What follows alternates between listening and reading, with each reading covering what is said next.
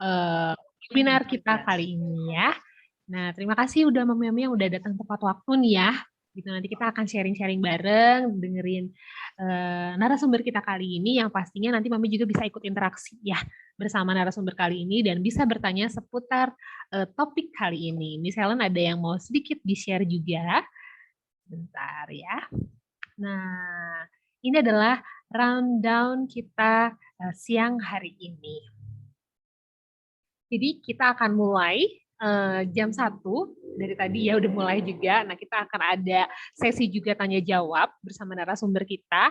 Siapa sih narasumbernya sebenarnya Miss Helen? Nah, kalau saya lihat di sini, kita udah share juga bahwa kita hari ini akan membahas topiknya tentang copy debt atau sejauh apa anak meniru orang tua bersama salah satu narasumber kita yaitu adalah Miss Naomi Atina. Nah, Miss Naomi ini adalah seorang training interactive play dan early childhood educator, plus juga founder of ID Side ID dan founder Library on Wheels _ID. Itu jadi nanti Mami yang mau tahu tentang seputar parenting bisa langsung aja cek Instagramnya dan bisa tanya-tanya langsung sama Miss Naomi di situ. Kalau misalnya ada pertanyaan-pertanyaan yang hari ini belum kejawab sama Miss Naomi. Kalau gitu Miss Helen akan panggil dulu deh Miss Naomi-nya. Hai Miss Naomi. Halo, mana nih Miss Hai Naomi? Miss Helen. Halo Miss Naomi, gimana kabarnya? Baik Miss Helen, sehat. Miss Helen sehat? Oh, puji Tuhan, baik, sehat. Sehat juga di sini, gitu. Miss Naomi, kita udah lama banget deh ya nggak ketemu. Udah lama? Iya, Miss Naomi mau nyapa-nyapa mami yang udah standby nggak hari ini? Sok, boleh deh sama dulu. Boleh. Hai semuanya, mami-mami yang udah datang, atau mungkin yang lagi prepare untuk jadi mami juga. Halo semuanya, makasih udah luangin waktunya juga buat hadir hari ini ya. Kita belajar bareng-bareng. Wow, gini kemarin Miss Helen udah ngobrol-ngobrol banyak juga sih sebenarnya sama Miss Naomi. Sampai akhirnya kita kepikiran untuk ini aja, Miss Helen, aku mau ngambil topik ini nih, gitu. Karena ini semua pasti dialamin setiap orang tua juga, apalagi yang anaknya masih kecil-kecil tentang anak meniru orang tua. Jadi sebenarnya ini berpengaruh banget. Setiap anak-anak tuh pasti akan merekam apa yang mereka lihat kan gitu. Makanya walaupun mereka masih kecil dan belum ngerti, mereka lihat dan mereka lakukan gitu. Nah, ternyata bukan hanya direkam dan dilakukan aja ternyata dan itu bisa jadi kebiasaan sampai nanti si anak dewasa gitu. Nah, kali ini kita akan bahas ini bersama Miss Naomi.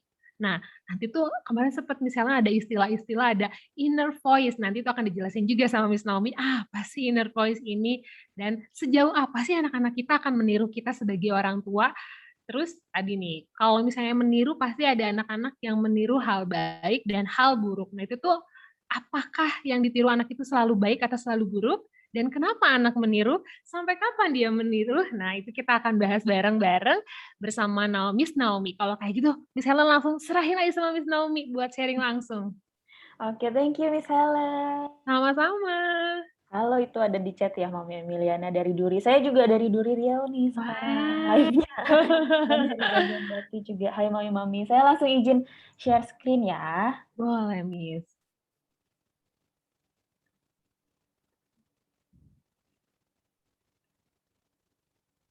Nah, yang kayak tadi Miss Helen udah sempat sebutin juga, dan yang udah kita baca juga ya, di waktu kita mau daftar, hari ini webinarnya akan bahas tentang sejauh apa anak meniru orang tua.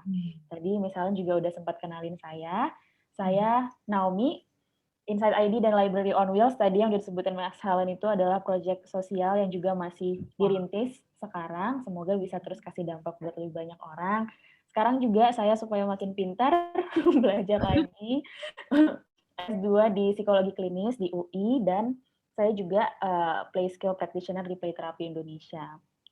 Nah, hari ini tuh kita mau ngomongin tentang copy debt tadi, tapi sebelumnya saya mau tanya juga buat peserta yang udah hadir hari ini, berapa sih level energi kita saat ini?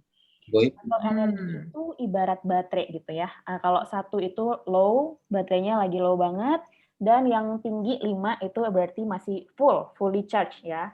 Kalau dari 1, 2, 3, 4, 5. Karena saya tahu sih mungkin buat orang tua di jam 1 siang ini udah banyak banget peran yang dijalani dari tadi pagi ya. Mungkin udah masak dulu buat anak-anak, lah nyiapin anak, mandi segala macam, belum lagi yang kerja dan sebagainya. Mungkin udah banyak yang kita lalui, jadi saya mau check-in dulu. Berapa sih level energi kita saat ini? Boleh Miss Rena dikeluarin pollingnya. Oke, nah langsung isi di polling kali ini ya, berapa level energinya Mami saat ini? Oke, misalnya juga udah submit. Yang lain ditunggu ya. Coba berapa ya level energinya saat ini? 1, 2, 3 ya, ini levelnya ya. Level energi. Level energinya 1 sampai 5.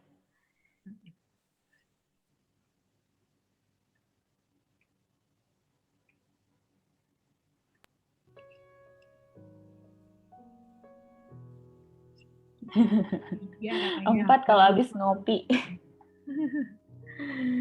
3 baru mau sambil makan.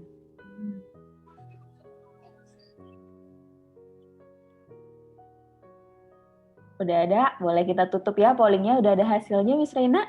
Coba kita launching dulu pollingnya berapa yang levelnya 1. Oh, yang levelnya 1 nggak ada. Nggak ada. Level 2 ada 7%, 3 45%, 4 43%, yang masih semangat banget ada 5%. Kita beragam ya level energinya. Ada yang jadi Mami yang mau mungkin boleh raise hand untuk kasih tahu kenapa level energinya sekarang terasa di 3, 2, atau 4, atau 5. Boleh raise hand? Coba raise hand, nanti kita unmute, boleh langsung ngomong di sini ya sharingnya. Silahkan, ada yang mau sharing nggak? Oke, Mami Rahel Siadari, boleh deh di unmute. Hai Mam. Halo Miss Naomi. Halo Miss Rahel, Mami Rahel. Masih di level 4 karena tadi baru selesai istirahat, makan, dan sekarang penuh semangat mengikuti materi ini. Wow. Thank you. Masih semangat ya Mami Rahel, udah level 4. Kalau misalnya level berapa misalnya? Aku juga sama, level 4 karena baru makan siang tadi. Oke, saya juga sih di level 4. Tadinya level 5, cuma karena udah sempat grogi pagi-pagi, turun dikit baterainya. Oke. Saya lanjutkan lagi ya. Materi kita hari ini. Nah, seperti judulnya, copy that. Mungkin ini sering kita dengar juga ya, monkey see, monkey do. Apa yang dilihat itu juga yang dilakukan, apalagi di anak-anak. Karena anak-anak itu kayak spons, mereka apa yang mereka lihat itu yang mereka lakukan, apa yang mereka lihat itu yang mereka serap. Oleh karena itu, saya mau bilang dulu, tarik dulu ke belakang, kenapa ini tuh menjadi penting, kenapa kita perlu untuk belajar ini lagi, karena masa usia dini itu anak sedang mengembangkan persepsi tentang dirinya, tentang orang lain, dan tentang dunianya. Jadi di usia dini itu anak-anak akan mengembangkan persepsi, ini dunia ini aman nggak ya buat aku? Apakah di lingkungan keluarga aku aman atau aku terancam? Atau apakah aku ini bagusnya, oke-nya kalau aku ngelakuin apa? Aku nggak bagus kalau aku nggak ngelakuin apa? Mereka lagi sangat belajar di usia dini. Jadi penting untuk kita sama-sama belajar juga. Saya mau tunjukin satu video nih. Sebelumnya, saya akan tunjukin satu video untuk kita lihat kalau dan ini kira-kira relate atau enggak.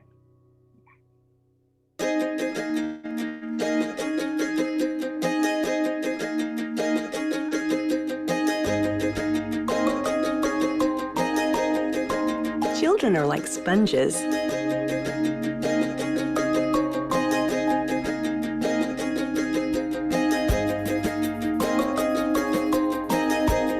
Absorbing everything around them.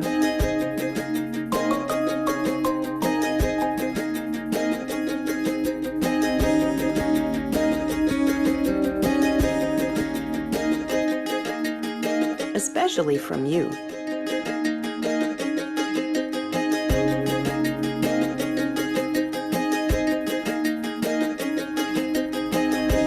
Model good and healthy behavior. Give your child the best start in life. Call 1-888-FIRST-5LA. Ada yang bisa relate gak nih, Mam, sama yang tadi? Kalau di rumah anak-anaknya juga kayak gitu, boleh kasih reaction thumbs up atau chat di kolom chat atau kasih love apapun. Saya mau lihat kira-kira mami-mami di rumah anak-anaknya pada suka niru-niru juga nggak sih? Mami Poni udah kasih thumbs up. Sama ya Mami Poni kayak gitu juga. Mami Hana, Erlin. Ya, Wah, udah banyak yang kasih ini reaction. Iya ya, anak-anak kita tuh apa yang kita lakuin kalau bisa mereka lakuin juga. Pokoknya aku mau sama kayak Mami, mau sama kayak Papi. Saya lanjutkan lagi share screen-nya. Nah, sebenarnya pada dasarnya apa sih yang mereka lakukan? Kenapa mereka niruin semua yang kita lakukan?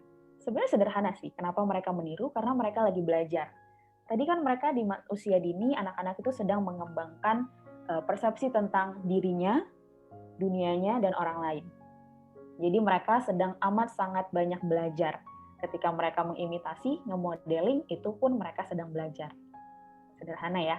Mungkin kalau misalnya yang ditiru itu adalah perilaku yang baik ini, misalnya kayak si papa lagi kerja, anaknya ikutan belajar di sebelahnya, kita senang dong ya, nggak usah lagi dipaksa anaknya untuk online class, langsung duduk di sebelah papa waktu mau belajar, itu kita senang. Atau juga kalau yang kayak tadi papa yang sikat gigi, anaknya juga ikutan sikat gigi, itu kan perilaku-perilaku baik yang senang juga kita kalau anak-anak kita tiru. Tapi nggak jarang, namanya juga manusia ya, kadang-kadang kita khilaf, kadang-kadang kita nggak sengaja menunjukkan perilaku yang kurang tepat di depan anak-anak. Alhasil mereka bisa aja juga tiru. Contoh, saya kasih contoh si Cici nih ya, si Cici lagi di rumah. Cici lagi di rumah, terus dia mami nih, kita anggap ya mami-maminya yang tadi tuh misalnya levelnya lagi level 2, level 3, atau yang level 1, lagi capek-capeknya nih bebersih rumah. Terus si Cici nggak sengaja numpahin air di atas karpet. Terus mami langsung sontak gitu ya, langsung bilang, aduh nggak mikir apa, mami tuh udah capek dari tadi. Terus ya udah sini mami bersihin dulu. Dia mami bersihin, terus si Cici langsung bilang juga, mami maaf ya Cici nggak sengaja. Dia bilang gitu. Terus udah nih, udah beres masalahnya kan, iya mami maafin, it's okay. Gak lama, 3 hari kemudian ada keluarga yang datang nih berkunjung ke rumah. Gak sengaja si uncle numpahin air. Airnya gak sengaja ketumpah kena ke bajunya Cici. Terus Cici langsung bilang, gak mikir apa, kan aku bajunya jadi basah. Jadi Cici gak meniru apa yang mamanya lakukan ternyata. Padahal waktu itu terkesannya udah beres. Itu bisa banget terjadi juga. Apa yang mamanya tunjukkan sebagai respon ketidaknyamanan, Cici, si anak juga ikutin sebagai bentuk respon ketidaknyamanannya. Itu yang mungkin kadang-kadang kita juga, aduh, dia niru aku lagi waktu aku salah, kenapa nggak niru baik-baiknya aja gitu. Nah, kita lihat ke teorinya dulu. Ini ada teori dari Albert Bandura. Dia bicara tentang social learning theory. Supaya kita bisa kebayang lebih jauh sebenarnya apa yang terjadi ketika anak tuh sedang banyak sekali meniru perilaku kita. Sebelum ke sana, saya mau kasih dulu, kalau Albert Bandura itu salah satu eksperimen terkenalnya itu adalah bobodol. Jadi Bandura menunjukkan satu video orang yang melakukan kekerasan terhadap bobodol, dan ternyata anak-anak yang melihat itu juga melakukan perilaku yang serupa. Kita lihat videonya ya. The model pummeled a doll with a mallet, flung it in the Videonya air, ditunjukkan ke anak-anak. kicked it repeatedly. Nah, dan ternyata mereka melakukan perilaku yang serupa. Tuh, bahkan sampai diangkatnya juga sama.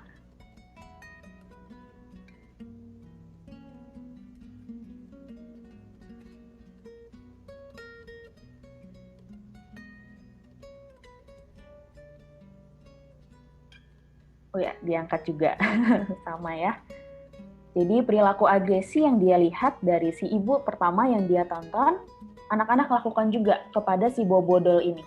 Mereka melakukan hal yang sama. Itulah yang kemudian disebut sebagai observational learning.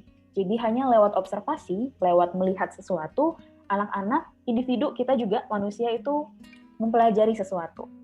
Jadi apa itu observational learning? Observational learning adalah metode belajar dengan mengobservasi dan meniru perilaku, sikap, dan ekspresi emosi orang lain.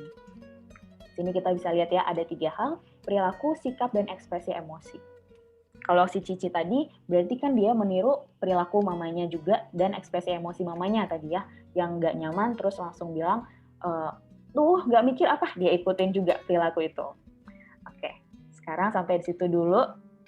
Kita mau lihat apa sih sebenarnya proses yang terjadi ketika anak atau kita individu itu melakukan observational learning.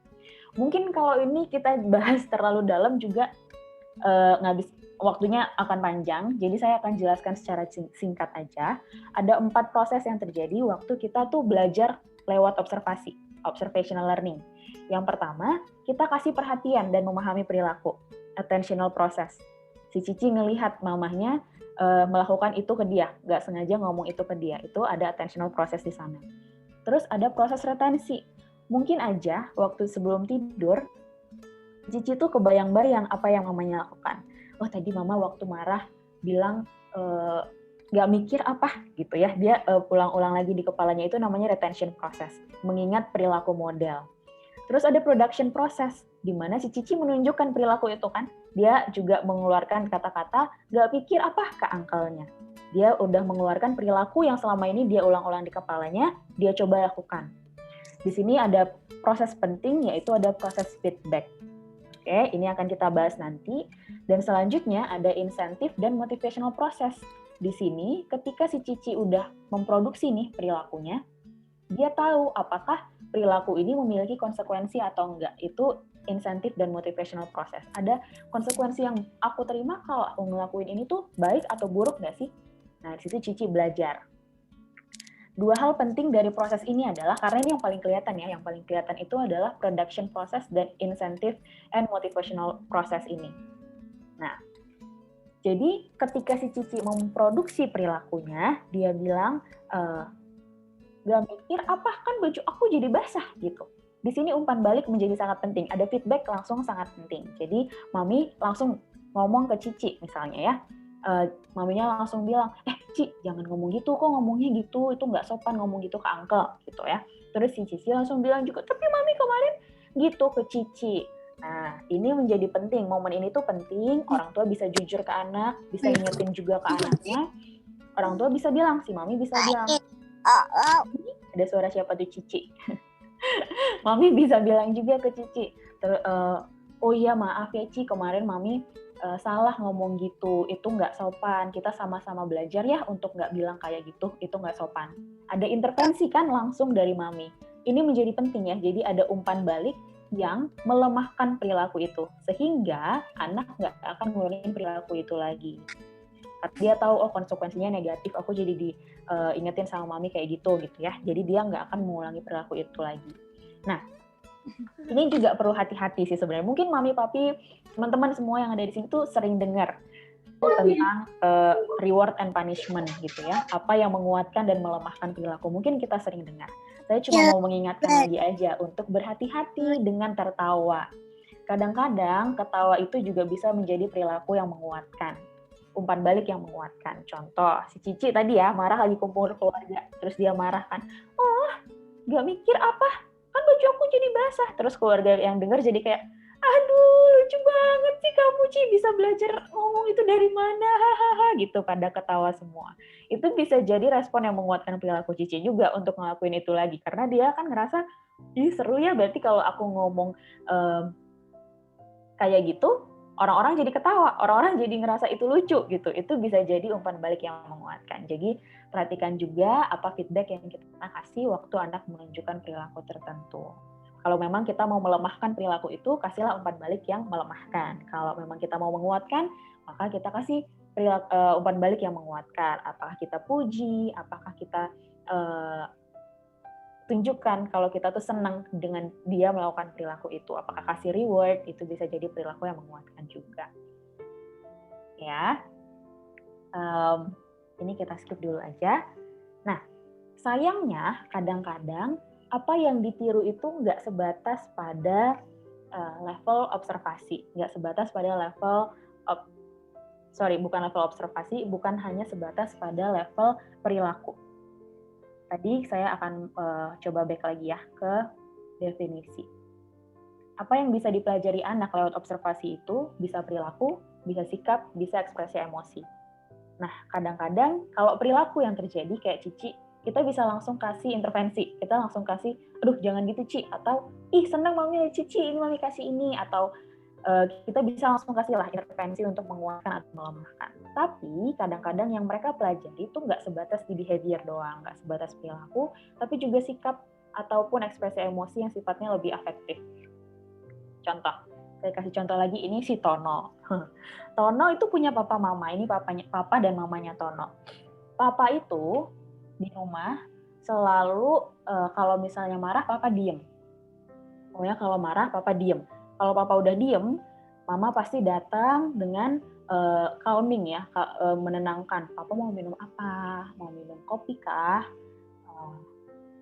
Langsung datang dengan gestur-gestur menenangkan gitu ya. Nah, Tono yang dalam usia dininya sedang belajar dan menyerap sangat banyak dari lingkungannya, dia jadi belajar kalau marah itu diem. Kalau orang marah, kita langsung tenangin berarti. Dia belajar dari proses observasi ini.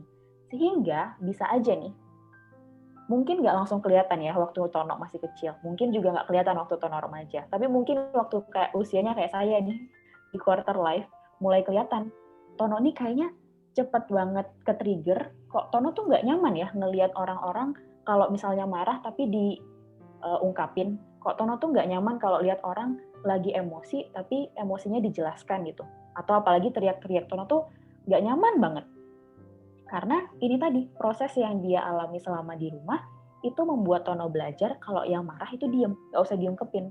Marah tuh ya diem aja gitu. Nanti juga aku akan tenangin kok kalau misalnya kamu diem gitu. Tapi kalau kamu marah-marah, aku jadinya sangat tidak nyaman.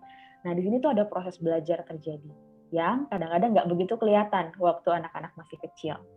Jadi, kalau kita mau tarik lebih jauh lagi, disinilah kenapa apa yang kita tunjukkan di lingkungan keluarga, apa yang kita tunjukkan di anak-anak itu akan menjadi inner voice-nya mereka. The way we talk to our children becomes their inner voice. Jadi apa juga yang kita bicarakan atau apa yang kita lakukan ke anak-anak itu menjadi inner voice-nya mereka. Kalau misalnya di rumah kita biasa untuk ngomongin anak-anak seperti ini ya, you can do it, you're the best, you're a star. Atau kita bilang, oh mama udah lihat kamu berusaha. Nanti kita coba lagi ya kalau gagal. Nah, antara kita ngomong sisi seperti itu, atau kita jangan-jangan di rumah seringnya bilang, kok ini aja nggak bisa sih? Aduh, sini mama tolongin. Masa ini aja nggak bisa? Atau kita bilang, go away, you're such a mess. Atau ini ya, stop bothering me, udah jangan ganggu mama lagi. Ini juga akan menjadi inner voice-nya mereka. Nanti di usia mereka remaja atau di dewasa awal, ini yang mulai terasa sih. Akan keluar inner voice seperti ini. Dan ini biasanya kita bawa dari usia-usia kecil kita, dari usia-usia early childhood kita. Tarik lagi lebih jauh, bukan hanya di inner voice, tapi juga bisa membentuk ego. Jadi setiap pengalaman yang anak alami dan pelajari, itu akan membentuk ego. Ego itu apa lagi, Miss Naomi? Ego itu adalah, sederhananya itu self-I. Gimana kita mengidentifikasi diri kita. Aku ini siapa sih? Coba ganti kata akunya dengan nama kita masing-masing. Naomi itu siapa sih? Helen itu siapa sih? Atau siapa? Tria itu siapa sih? Jadi kita coba sambil merenungkan juga, Naomi sukanya apa sih? What I like. Naomi itu gampang marah kalau ngelihat apa. Aku tuh punya pola apa sih kalau misalnya marah? Aku pasti diem. Habis diem, nanti aku pengen ada orang yang nenangin aku.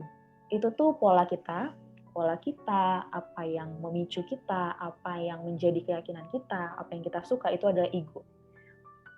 Sederhananya seperti itu. Coba kita renungkan masing-masing. Ego kita itu siapa? Sekarang saya mau tanya juga, pernah nggak sih kita terlalu kritikal sama diri kita sendiri? Atau kita ngerasa I'm not a good parent gitu, aku bukan orang tua yang baik. Atau pernah nggak kita mikir anak lain kok bisa, anakku nggak bisa. Terus cara aku marah tuh mirip sama cara siapa sih marah? Nggak apa-apa, nggak usah direspon di chat juga, sambil direnungin aja. Pernah nggak sih kita berpikir seperti ini.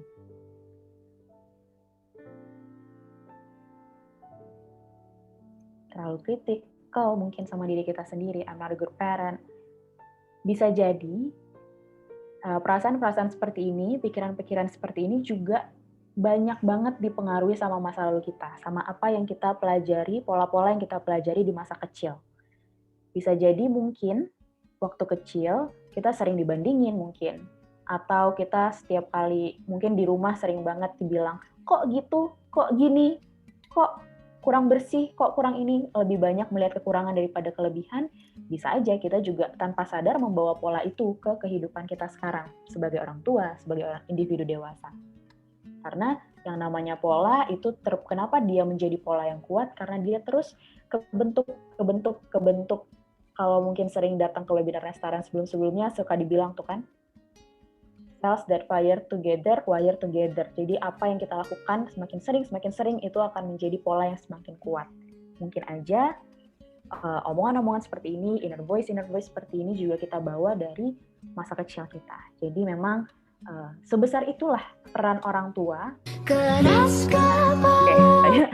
lupa ya kasih intro dulu. Kalau ini tadi saya kan ada buat di akhir cara marahku mirip sama cara siapa. Ini intermezzo aja sih, ada yang tahu nggak lagu ini? Keras kepalaku sama denganmu, caraku marah, caraku tersenyum, seperti detak jantung yang bertaut. Itu ya lagunya. Katanya caramu marah, caramu tersenyum itu sama kayak kita. Jadi emang kadang-kadang tanpa kita sadar kita tuh mirip banget sama orang tua kita. Mungkin bisa refleks sendiri sih, refleks masing-masing. Apa sih yang aku mirip sama mamaku atau papaku atau mungkin kakakku. Kita tuh kadang mirip banget sama orang-orang di dalam lingkaran inti, lingkaran signifikan dalam hidup kita. Jadi sampai ada lagunya ini kan. Jadi saya mau mencoba memahami juga gitu. Jadi orang tua itu bukan kadang-kadang sih, udah pasti banyak banget perannya. Kadang-kadang kita jadi orang tua harus juga jadi koki, kita juga harus jadi pengatur finansial keluarga, kita juga jadi guru di rumah sekarang mungkin kalau yang lagi pandemi kayak gini. Terus kita juga harus kerja, cari uang, atau mungkin yang papa juga harus jadi manajer di kantor, belum lagi nanti harus jadi bawahan juga, di rumah harus jadi kepala keluarga juga, tapi juga harus jadi suami, jadi ayah. Ada begitu banyak peran yang harus kita jalankan sebagai orang tua. Saya mau coba pahami juga kalau ini tuh pasti nggak gampang. Saya yang bukan orang tua aja, menjalankan peran saya yang mungkin belum sebanyak orang tua, kadang-kadang saya kesulitan gitu, gimana memposisikan diri dan meregulasi diri. Apalagi menjadi orang tua, mungkin ada banyak tantangannya juga.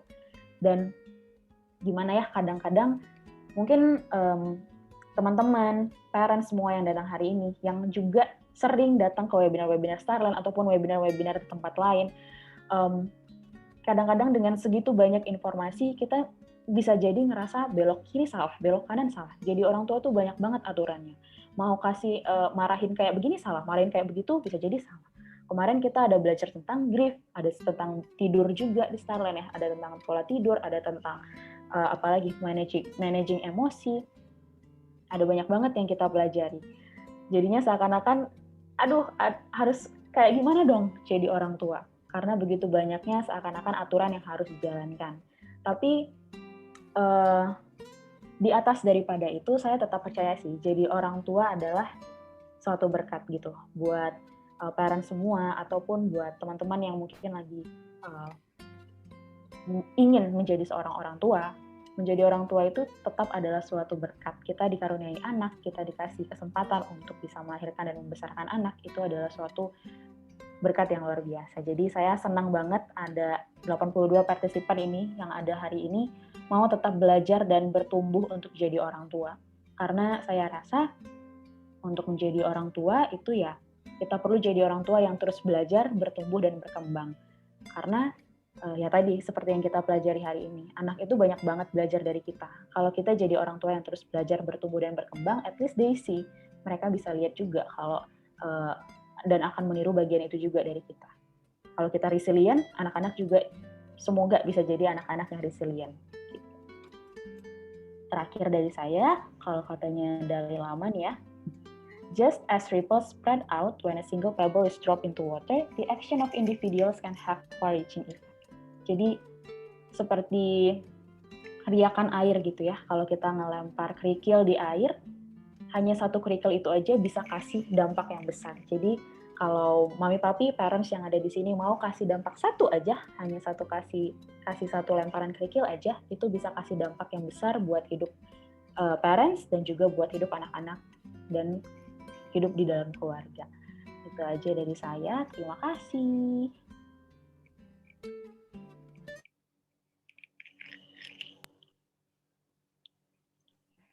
Nggak bisa. Oke. Wah, terima kasih Miss Naomi. Pesannya dapat banget ya tadi ya. Mami juga banyak nih ikutin. Pernah, Miss. Nah, oke. Kalau kayak gitu, Miss Helen akan buka juga sesi Q&A dari mami yang mau tanya langsung seputar anak meniru itu. Nanti Miss Helen akan bacakan pertanyaan dari Mami. Tapi sebelumnya Miss Helen ada satu informasi juga yang bisa Mami ikutin. Nah, ini informasinya akan Miss Helen share juga.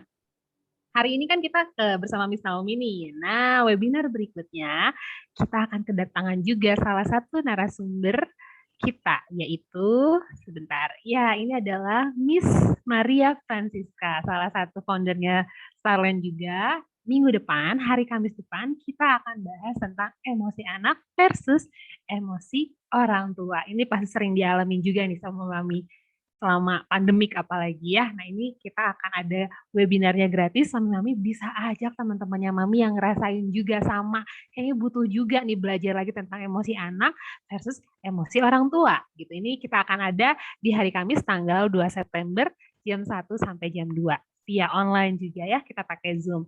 Selanjutnya ini ada salah satu dokter favoritnya juga di Bandung, yaitu bersama Dr. Riki Raja Guguk. Dokter spesialis anak ini akan membahas tentang seberapa rentan anak yang belum divaksin terkena COVID. Ini yang masih berhubungan juga dengan kesehatan. Ini juga penting nih mami-mami untuk ikut dan ajak teman-temannya untuk dengerin juga sharing dari dokter Riki. Nanti juga ada sesi Q&A juga, jadi mami bisa langsung join dan daftar juga ya. Ini akan ada di hari Kamis 9 September. Jamnya lebih maju karena ternyata dokter Riki jam 1-nya setengah 2-nya ada praktek. Jadi dia hanya bisa di jam setengah 1 sampai setengah 2. Gitu. Ini boleh juga ajak teman-temannya karena webinar ini gratis ya. Oke nih, ini ada lagi informasi. Kita juga sebenarnya selama bulan September masih ada Playdate online dan ini kita lagi ada promo di bulan September dengan paket hematnya beli 5 token seharga 250.000. Harga normalnya sih 60.000 per sesi, tapi ini banyak banget nih, khusus banget nih buat mami-mami yang di luar kota Bandung bisa ikutan Playdate online-nya untuk anak-anak dari usia 2 tahun sampai 4 tahun. 4,5 tahun masih boleh ikut sih gitu. Nah, ini adalah promo Playdate-nya Starland di bulan September. Jadi mami-mami yang mau tahu jadwalnya kayak gimana sih, Miss? Boleh langsung tanya aja via WhatsApp-nya Starland atau enggak DM Instagram-nya Starland. Nanti Miss akan kasih jadwalnya. Nah, Miss juga akan ada informasi juga nih kalau misalnya mami-mami juga lagi nyari sekolah. Nah, boleh ikutan trialnya Starland, langsung daftar aja. Nanti kita akan jadwalkan buat trialnya kapan. Gitu. Jadi Miss Helen juga akan tunggu informasi WhatsApp dari Mami yang pengen tahu tentang Starland lebih dalam lagi.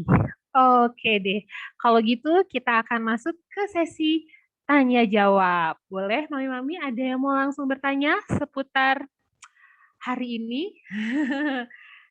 Oke, boleh langsung raise hand. Mau langsung ngomong boleh, mau langsung diketik juga boleh. Miss Helen akan tunggu atau enggak Miss Helen duluan gitu yang tanya ya. Oke deh, ditunggu ya mami-mami ya. Nah, ada yang Miss Helen mau tanya nih. Oke, buat Miss Naomi, apa aja sih yang sebenarnya orang tua juga harus perhatikan ketika anak suka meniru? Apa aja orang tua perlu perhatikan ya waktu anaknya suka meniru? Yang perlu diperhatikan ya menurut saya yang tadi sih kembali lagi. Lingkungannya aman nggak untuk meniru. Dan jangan takut kalau anaknya niru, karena itu lagi proses belajar. Anak tuh niru karena dia lagi belajar juga. Jadi ini adalah momen yang terbaik untuk kita bisa kasih feedback. Untuk kita kasih feedback yang menguatkan atau melemahkan perilaku itu. Jadi yang pertama jangan takut, yang kedua be ready untuk kasih feedback, untuk menguatkan atau melemahkan. Gitu sih misalnya. Oke, karena misalnya dulu pernah dapat juga nih ada satu orang tua yang mungkin lingkungannya kurang bagus, maksudnya banyak anak-anak di lingkungannya yang suka ngomong kasar, sedangkan dia nggak pengen anaknya ngomong kasar. Itu sampai akhirnya dia nggak izinin anaknya keluar rumah karena takut terpengaruh gitu. Tapi dia bingung kalau gitu anak saya nggak bisa sosialisasi sama orang-orang lain gitu kan, karena punya ketakutan itu, Miss. Jadi tapi tetap ini aja tadi kata Miss Naomi ya, tetap bisa kasih tadi feedback yang baik juga waktu anaknya bersosialisasi sama teman-teman sebayanya atau teman-teman di daerah rumahnya gitu ya. Iya, bisa juga. Karena kadang-kadang memang kita nggak bisa kan ya, Miss, untuk benar-benar bikin pagar tinggi gitu buat lingkungannya anak-anak. Tapi ya kita ready sama value-value yang mau kita kasih itu apa buat anak-anak. Karena lingkungan keluarga tuh lingkungan yang paling inti kan, di situ yang sebenarnya dia belajar banyak banget. Jadi kalau kita udah firm di keluarga, semoga harapannya sih keluarnya anak-anak juga jadi lebih firm gitu dengan value-value dia gitu. Dan kalau emang lingkungannya udah apa ya, kurang bagus banget, bahasanya emang udah lebih banyak orang dewasa lah anggapannya, berarti ya lingkungannya lebih banyak orang dewasa, kasih kesempatan juga buat anaknya bisa punya relasi dengan teman-teman sebayanya sama anak-anak juga. Misalnya kalau kayak gini kan ada playdate online-nya Starland misalnya, atau ketemu video callan itu playdate barengan yang sama seumuran dia gitu, dan bisa tetap didampingi orang tua. Iya, itu ide bagus tuh. Ikutan playdate Starland, Mami. Walaupun pandemi kayak gini nggak bisa ketemu langsung, masih bisa ikut ketemu teman-teman baru di secara virtual di playdate-nya Starland. Terima kasih loh, jadi aku kepikiran untuk promosi Starland juga. Oke, ini udah ada raise hand. Hai, Mami Ana. Hai, Mam. Yang udah raise hand boleh di-unmute. Halo, Mami Ana.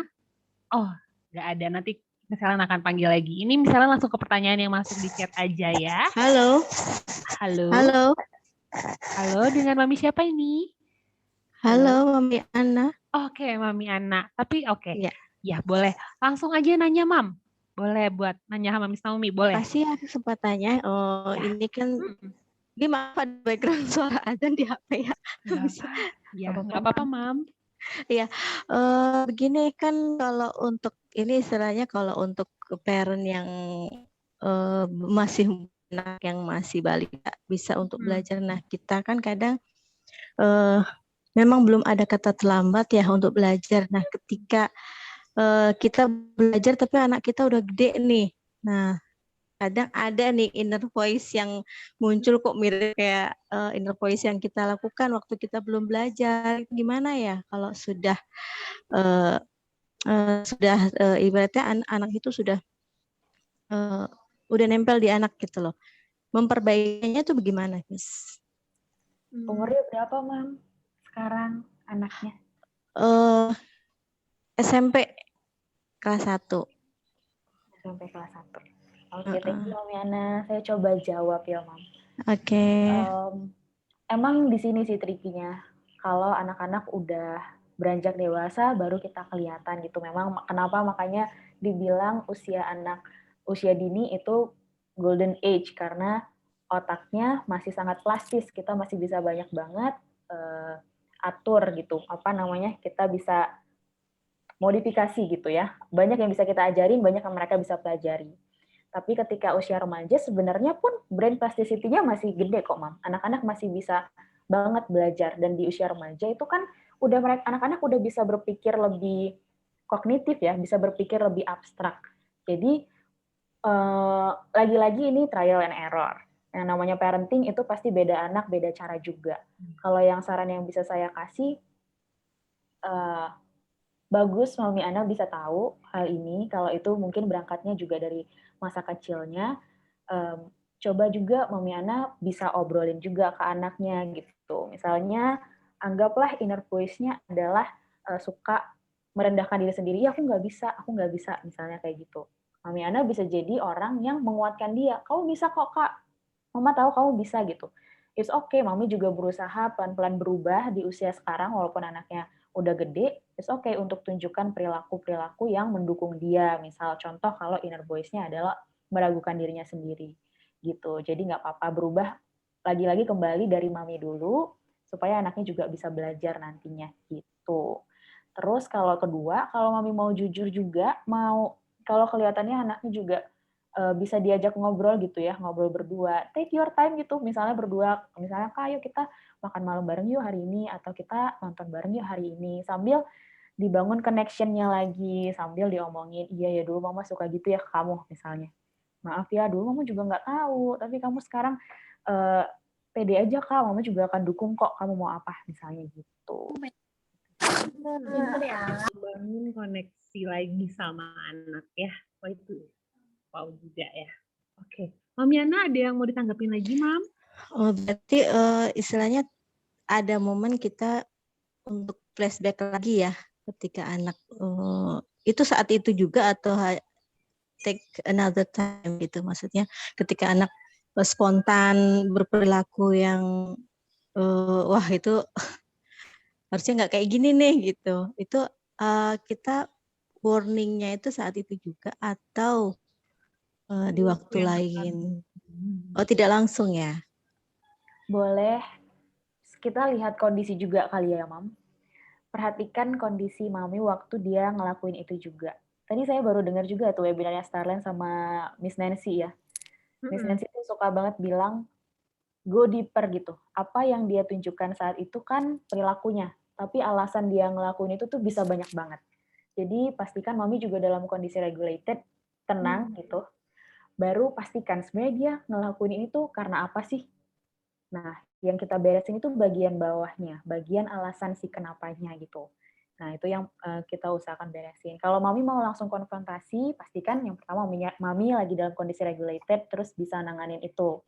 Kalau mau tenang dulu, atau you can take your time juga untuk tenang dulu, baru keluar lagi. Kak, Mama nggak suka kalau kayak gitu. Tapi kamu boleh cerita kenapa. Kenapa kayak gitu, gitu. Bisa juga. Oke, thank you, Naomi.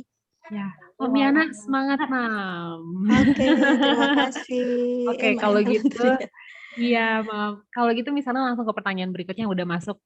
Mami Rahmi nanti misalnya akan kebagian Mami Rahmi ya, abis misalnya bacain dulu ya. Oke, yang tadi udah masuk duluan ke kita ada Mami sebentar. Oke, ada Mami Nova. Mami bilang gini, Miss, kalau anak yang pendiam itu gimana cara mengatasinya? Susah ditebak. Kadang bilang oke, in fact ia menyembunyikan sesuatu karena ketahuan. Jadinya parent kecewa. Usia berapa, Mam, ini pendiam? Mami Nova, boleh tahu nggak anaknya usia berapa? Apa boleh di-chat? Halo, Mami Nova. Ya, Mami Nova anaknya usia berapa, Mam? Udah dewasa, Miss. Udah 22 tahun. Oh, udah 22 tahun. Wow. Thank you, Bukan Mam. anak-anak lagi nih. Gini ya, kadang-kadang saya pikir juga jadi orang tua tuh luar biasa ya. Sampai anaknya umur 22 tahun, 30 tahun, kita masih tetap kasih perhatian gitu loh buat anak-anak. Thank you, Mami Nova, ya ampun. Nah, saya tuh ngerasa sih, saya jadi agak ke ini dengan diri saya sendiri. Saya juga pendiam soalnya, dan jarang ngungkapin apa yang perasaan saya gitu di tengah-tengah keluarga juga dulu ya. Jadi kenapa dia diam, kenapa dia suka sembunyiin sesuatu itu juga biasanya tuh ada alasannya. Antara memang trait-nya kayak gitu atau lingkungannya yang kurang mendukung untuk dia ngomongin setiap hal yang dilakukan atau ngungkapin setiap perasaan yang dilakukan gitu. Jadi Mami Nova yang paling kenal anaknya juga, coba anak-anak pendiam itu biasanya suka momen-momen juga sih. Biasanya mereka juga suka tuh kayak tadi salah satu saran saya, kalau emang lagi ada momennya, ajak ngobrol berdua atau ngabisin waktu bareng berdua gitu, supaya dia juga nyaman untuk ceritain masalah-masalah dia ke orang-orang terdekatnya gitu. Tunjukkan ke anaknya kalau Mami adalah tempat yang aman buat dia cerita juga. Gitu sih, Mam, mungkin kalau dari saya. Oke, semoga membantu ya Mami Nova ya. Iya, makasih Miss. Selanjutnya Mami Elsa, ya Luar lanjut ke biasa. pertanyaan berikutnya ya.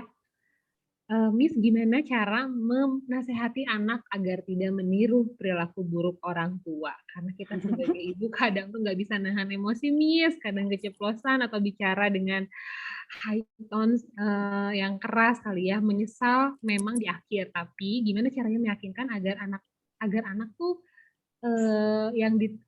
agar anak bisa niru yang baik-baik aja, Miss. Milih yang baik-baik aja, yang jelek nggak usah. Sedangkan tadi anak-anak niru semuanya ya, Miss ya. Mam, gimana ini Mam? Nggak bisa pilih-pilih. Iya. Saya kebayang juga sih, karena kita kadang-kadang sebagai orang dewasa, balik lagi brain plasticity kita udah semakin kaku ya. Kadang kalau kita yang mau berubah tuh rasanya lebih berat dibandingkan anak-anak yang berubah. Jadi kayak ya udah kamu aja yang berubah, jangan Mami susah. Tapi balik lagi sih Mam, mereka ngelihat gitu, mereka ngelihat kita sebagai orang tuanya. Jadi mau nggak mau kita yang sebagai role model ini akan jadi selalu dilihat dan kemungkinan besar akan ditiru. Tapi mungkin yang Mami bisa lakukan adalah, ini kan udah baik nih, Mami bilang keceplosan, berarti Mami tahu kalau itu salah, tapi nggak sengaja, tapi ya diomongin gitu. Ini bagus, berarti Mami udah tahu kalau itu kurang tepat. Nah, sekarang mungkin langkah selanjutnya adalah tadi feedback-nya di bagian umpan baliknya. Kalau misalnya dia niru, boleh dikasih umpan balik yang melemahkan perilaku. Contoh, tadi Mami jujur juga, aduh kamu jangan tiru bagian Mami yang itulah nak, Mami tahu Mami kayak gitu, tapi itu kurang tepat, itu nggak sopan, atau itu iya itu nggak sopan gitu. Kalau marah nggak harus lempar barang, contoh ya. Kalau marah nggak harus lempar barang. Kalau marah nggak harus teriak kok, biar Mami ngerti. Ayo kita coba bicara tenang. Mami juga akan belajar tenang, dengerin kamu, omongin perasaan kamu gitu. Jadi mau nggak mau kitanya juga harus provide safe space juga buat anak-anak. Kalau apalagi ini tentang emosi ya. Kadang emosi itu kan membuat lingkungan tuh jadi nggak aman. Jadi orang-orang di sekitar kita tuh jadi insecure gitu, gara-gara kita emosi. Apalagi kalau meledak-ledak. Jadi kalau memang mau membuat anak berubah perilakunya, mau nggak mau berangkat dari kita dulu sih, Mam. Kita juga bisa provide safe space. Kalau dia udah niruin perilaku itu, kita jujur. Mami juga lagi belajar supaya nggak kayak gitu, kita belajar bareng-bareng ya, atau gimana. Kamu ingetin Mami kalau Mami lagi emosi gitu. Jadi sama-sama sama anak juga. Gitu, Mami Elsa semangat. Ya, Mami Elsa juga semangat, Mam. Kita sama-sama bisa kasih contoh yang baik ya buat sama anak-anak. Dimulai dari kita, benar katanya, karena kita role modelnya, Mam. Gitu. Oke, kita ke pertanyaan berikutnya ya. Dari Mami Melani di Bandung, Mim izin bertanya, kenapa anak suka meniru yang negatif? Sama ini pertanyaannya. Contohnya nih, anak suka main handphone. Begitu ditegur, jawabnya, ayah dan ibu kan main handphone, tetapi kenapa ketika kita melakukan yang baik, anak tidak meniru? Mohon penjelasannya. Terima kasih, Miss. Makasih, Mami Melani. Lucu banget nih, Mami Melani. Mohon penjelasannya, Miss Mami. Miss Mami juga jadi bingung. Kenapa ya? Coba, Mam. Saya waktu baca juga, saya kepikiran sih kayak, benarkah yang ditiru hanya yang negatifnya aja, atau memang yang negatif ini terlalu memikat perhatian, makanya yang kita ingat jadinya negatif doang. Jangan-jangan anaknya juga ngelakuin yang baik, contoh makan di meja makan, atau apa ya, bilang good night every night, itu kan juga perilaku yang baik dan mereka tiru, atau sikat gigi bareng tadi, kalau dibacain cerita dia tenang. Itu juga perilaku baik yang mungkin mereka tiru juga dari Mami Melani. Tapi paling ingatnya negatifnya ya, Mam. Itulah otak manusia ini. Sebenarnya ada yang positif juga nih sebenarnya anaknya Mami Melani yang ditiru, hanya kita yang tadi deh yang jadi di highlightnya yang main handphonenya doang. Mungkin gitu kan, yang keinget yang negatifnya. Tapi kalau ini baliknya kayak bilang lagi ya, ayah dan ibu juga suka main HP. Nah itu sih trikinya menjadi orang tua ya, kayak kita benar-benar harus jadi role model yang paling oke. Kalau bisa, mungkin kadang kita kan pegang HP karena kita kerja misalnya. Karena kita emang nggak bisa jauh-jauh gitu. Jadi kita bisa kasih tahu juga ke anak, ya Mami jam segini sampai jam segini tuh kerja nak, jadi emang harus main HP gitu, harus buka HP terus gitu. Nanti Nah iya gitu, jadi mereka juga tahu kalau kita nggak sembarang main HP, kita tuh ada yang kita kerjain gitu. Oke, thank you Miss Naomi. Semoga menjawab Mami Melani. Mohon penjelasannya. Kita lanjut ke pertanyaan berikutnya dari Mami Eka. Miss, anak saya 2 perempuan Mas, yang kecil 5 tahun, 2 perempuan masih kecil, usia 5 tahun, dan 8. Suka berantem. Apa juga meniru dari orang tua ya, padahal kami sebagai orang tua jarang bertengkar di depan mereka. Jadi 2 anaknya perempuan suka berantem nih, Miss. Apa meniru dari orang tuanya, padahal sebenarnya orang tuanya nggak pernah tuh, jarang banget berantem di depan anak-anak. Iya. Kebayang Mami Eka ya, kalau kita tarik lagi gitu ya, yang namanya perilaku itu faktor yang mempengaruhi bisa banyak banget. Salah satunya yang kita belajar hari ini itu adalah proses belajar, proses observational learning itu bisa mempengaruhi perilaku anak. Tapi kalau saya baca kayak gini juga 5 dan 8 tahun bisa mungkin ada pengaruh juga kayak sibling rivalry yang kemarin Miss Queenie pernah cerita juga ya di webinar. Mungkin ini isu yang lain, mungkin bisa jadi ini isu yang lain juga. Contoh, biasanya perdebatan anak perempuan itu apa ya, saya dengan kakak saya juga dulu suka berantem. Misalnya, mau ini atau mau itu. Ada satu, mainannya cuma satu, tapi dua-duanya pengen.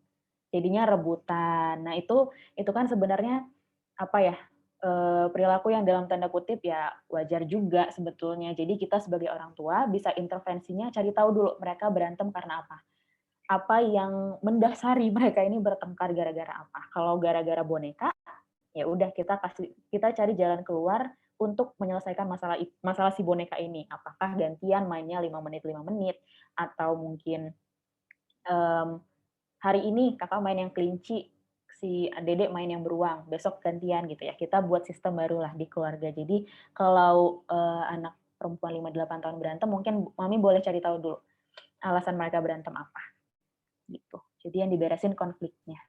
Ya, setuju. Yang diberesin adalah konfliknya dulu. Cari tahu apa penyebabnya 2 anak ini kenapa berantem ya, kalau ternyata mami papinya nggak pernah berantem depan mereka. Oke, semoga terjawab ya, Mam. Nah, tadi ada yang udah raise hand nih. Mami Rahmi di Serang. Jauh juga ya. Hai Mami Rahmi. Mami Rahmi mau bertanya apa sama Miss Naomi langsung? Halo, Mama Halo. Melan dan juga Miss. Mau tanya, jadi kalau misalkan anak saya nih, usianya baru 14 bulan, tapi sudah punya adik lagi. 14 bulan kan lagi masa-masanya, apa ya, semua hal ditiru, semua hal diperhatikan, dan dia ya masa-masanya belajar masuk golden age lah. Nah, tapi karena dia punya adik lagi, jadi perhatiannya kan pasti terpecah ya, saya sebagai ibunya. Nah, bagaimana nih cara mengatasinya? Yang saya takutkan itu akan menjadi hutang pengasuhan atau luka pengasuhan buat anak saya yang pertama gitu. Karena dia melihat nih, ibu lebih perhatian sama adik daripada aku gitu. Takutnya itu nanti akan jadi hutang pengasuhan ke depannya gitu. Bagaimana cara mengatasinya, Miss Naomi? Mudah-mudahan cukup jelas ya pertanyaannya, Miss. Terima kasih. Jelas, Thank you, Mam. Gimana tuh ya? Saya juga jadi utang. Kalau menurut saya ya, Mam, memang mungkin dan sangat besar kemungkinan anaknya akan kehilangan Mami, karena Mami mungkin setiap malam jadinya harus ngurusin Dede, harus kasih asinya ke Dede, atau itu kan butuh, berarti sebagian besar waktu dalam satu hari itu bisa jadi habis ke Dede gitu. Tapi masih bisa banget Mami untuk tetap regulasi ini dalam keluarga ya. Contohnya ini kan tentang kasih sayang, tetap aja tunjukin kasih sayang ke kakak yang lebih gede gitu, yang lebih besar tetap dikasih kasih sayang gitu. Atau kalau misalnya tinggal di dalam keluarga juga yang satu rumah ada beberapa, misalnya ada papa juga atau ada oma di dalam rumah, itu boleh mereka nemenin si kakak juga sambil Mami kasih, misalnya lagi nyusu atau lagi ngabisin banyak waktu banget sama yang masih kecil, nggak apa-apa, papa dan oma atau siapa itu nemenin si kakak. Dan kalau kakak sedih gitu ya, kenapa sih mami sama dede doang gitu. Jadi ada orang-orang dewasa yang bisa kasih dia input terus. Jadi kasih dia apa ya, input. Iya nanti mami kalau abis kasih ASI main sama kamu ya gitu. Kamu sekarang main sama kita aja dulu. Atau jadi dia bisa ngerasa dia aman. Kadang-kadang anak-anak itu kenapa dia bisa apa ya, dalam tanda kutip sedih banget gitu waktu mamanya hanya fokus ke adik karena dia ngerasa kondisinya berubah. Terus ada perasaan tidak aman yang muncul gitu karena lingkungannya sedang sangat berubah kan ini gitu. Jadi usahakan kasih dia provide lingkungan yang aman lagi, balik-balik lagi ke situ. Kasih dia lingkungan yang aman, lingkungan yang mau ngedengerin dia waktu dia sedih. Mami juga sebisa mungkin tetap kasih waktu buat anaknya. Ada anggota keluarga lain juga yang tetap selalu ada buat si kakak gitu. Jadi usahakan tempat di rumah itu tetap jadi tempat yang aman gitu buat dia. Nanti seiring waktu bisa tumbuhkan kasih sayang buat si adik. Contoh, kasih dia tanggung jawab untuk ngurusin adiknya. Misal, Kak boleh tolong ambilin popok nggak buat adik? Kak boleh pilihin baju nggak buat adik hari ini? Jadi dia mulai merasa terlibat, oh adik lahir itu bukan mami pergi dari aku, tapi aku juga tetap terlibat di dalamnya. It's a safe space for me too gitu. Ini juga tetap tempatku yang ada adik baru dan aku sayang sama dia gitu. Mudah-mudahan kejawab ya Mami Rahmi. Mami Rahmi semangat, Mami Udah Rahmi. jawab. Makasih banyak. Thank you, Mam. Sama-sama, Mami. Nah, ini ada salah satu lagi nih yang nanya. Tapi sedikit gak berhubungan sama tema kita sih. Bagaimana cara mengatasi anak yang tidak peduli? Maksudnya tidak peduli teguran apa gimana ya? Kita langsung tanya aja ya sama Bapak Prayoga dari Riau. Cukup jauh ternyata. Halo, Bapak Prayoga dari Riau. Boleh dikasih tahu ini maksudnya mengatasi anak tidak pedulinya lebih kayak gimana nih? Halo? Ya, boleh di-unmute? Ya, suaranya tapi belum keluar. Atau langsung di chat aja boleh-boleh. Oke, mungkin kayaknya ada masalah di audionya. Bagaimana cara mengatasi anak yang tidak peduli? Iya, gimana itu cara ngatasin anak yang nggak peduli? Ada banyak banget sih pasti alasannya ya, kenapa anak nggak peduli, juga itu pasti ada banyak banget alasannya. Tapi saya masih belum kebayang sih ini anaknya umur berapa. Iya. Itu Bapak atau Ibu di Yayasan Prayoga Riau. Yayasan sekolah saya dulu. Oh, dari sekolahnya Miss Naomi juga ternyata. Boleh nih share penyebab tidak pedulinya kenapa kayaknya ya? 9 tahun. Oh, ada ya? Oh, 9 tahun yang nggak pedulinya gimana itu, Mam? Atau Dad? Bapak Ibu? Nggak pedulinya gimana? Waktu disuruh makan kah? Nggak mau dengerin? Atau gimana tuh?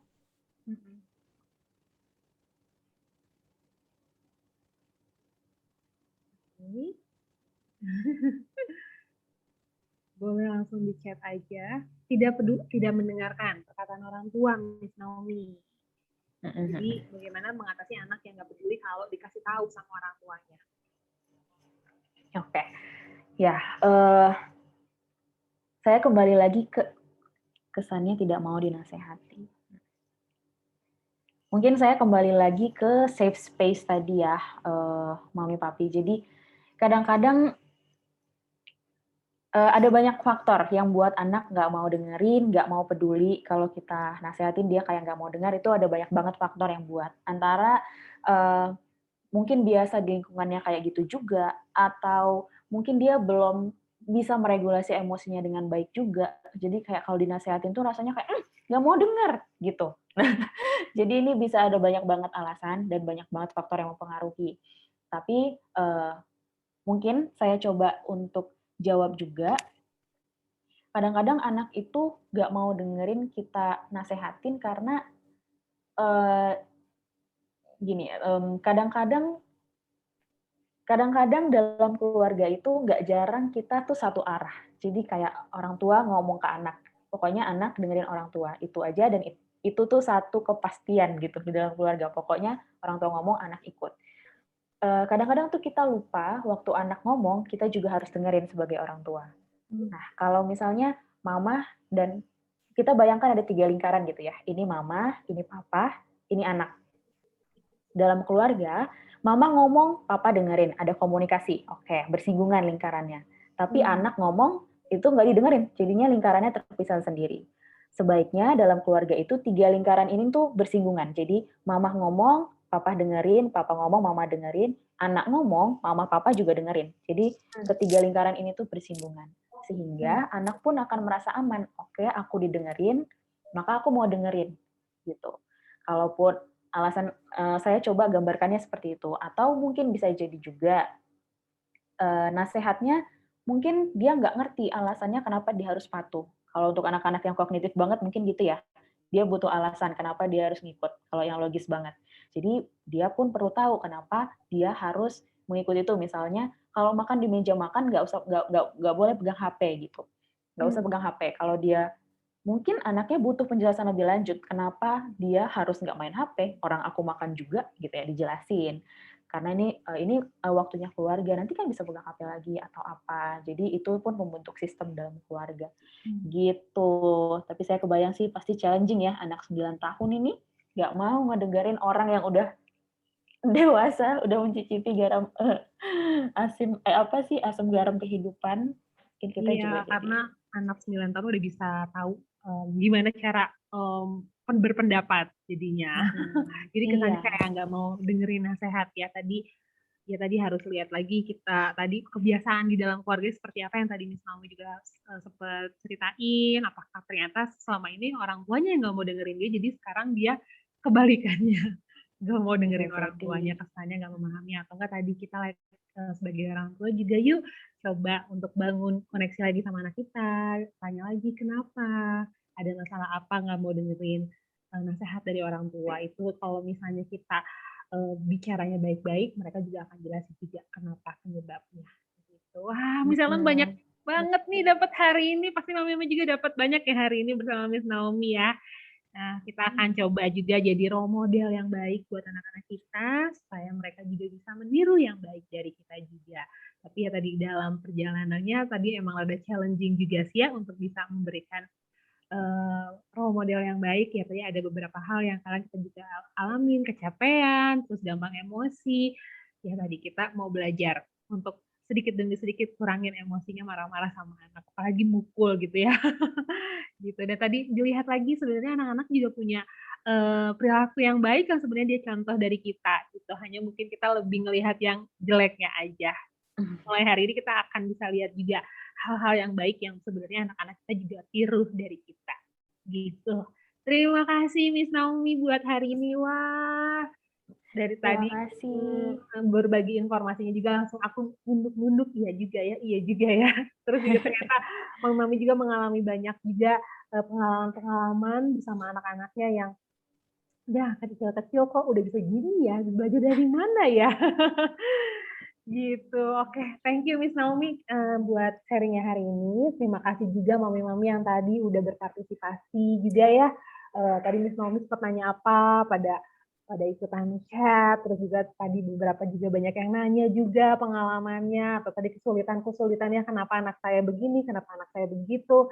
Kita udah dapat juga pencerahan dari Miss Naomi. Nah, buat mami-mami yang tadi masih mau nanya terus, tadi pengen nanya lupa, bisa langsung ke Instagramnya Miss Naomi aja. Tadi juga ada beberapa Instagramnya Miss Naomi suka sharing juga tentang anak, tentang psikologi juga gitu. Kami bisa langsung aja follow aja ya Miss Naomi, nanti Miss Naomi akan bisa sharing juga, dan nanti juga Miss Naomi juga akan kalau mau nanya-nanya via DM boleh ya Miss Naomi ya?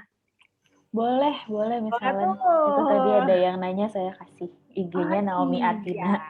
Naomi Atina, nanti bisa langsung follow aja dan bisa langsung nanya-nanya. Dan banyak konten-konten Miss Naomi juga yang aku pun keseger kalau Miss Naomi kalau udah bagi-bagi kontennya gitu di IG story-nya. Oke deh, terima kasih Miss Naomi. Thank you Miss Ellen buat kesempatan. Kalau undang-undang lagi, boleh ikutan lagi ya? Boleh dong. Ya. Terima kasih mami-mami yang udah ikutan. Nah, misalnya mau foto bareng sama Miss Naomi, buat Mami yang udah join, yuk kita nyalain videonya, kita mau foto bareng bersama Miss Naomi. Yuk, boleh tampilin nih Mami yang udah cantik-cantik, nggak apa-apa sih kalau misalnya masih lagi ngurusin anak di rumah. Sebentar aja, sekitar 1-2 menit aja kita mau nyalain videonya ya. Yuk, kita mau nyalain videonya sama-sama Mami nih yang udah kasih terima kasih juga sama-sama Mami. Kita mau foto bersama. Kita akan ada hari ini ada 3 slide kalau gitu ya. Nah, kalau kayak gitu, Miss Helen akan hitung sampai 3 ya. Oke, senyumnya mana? 1, 2, 3. Oke, kita slide yang kedua ya. Oke. Ini slide yang ketiga. 1, 2, 3. Oke, terima kasih semuanya yang udah join hari ini. Terima kasih, semoga juga bisa jadi berkat juga buat mami-mami yang hari ini. Nah, kita akan ketemu lagi Kamis depan bersama narasumber kita. Tadi ada Miss Ika dan nanti juga ada Dr. Riki juga yang akan berbicara tentang seputar COVID pada anak gitu ya. Gitu. Terima kasih. Jangan lupa ajak teman-teman yang lain untuk ikut sama-sama belajar bersama webinarnya Starland. Kalau gitu, Miss Helen dan Miss Naomi juga dan tim dari Starland juga pamit mundur. Terima kasih, Thank you. Mami. Sehat Terima selalu kasih di sana semua. ya. Sehat-sehat. Ya, terima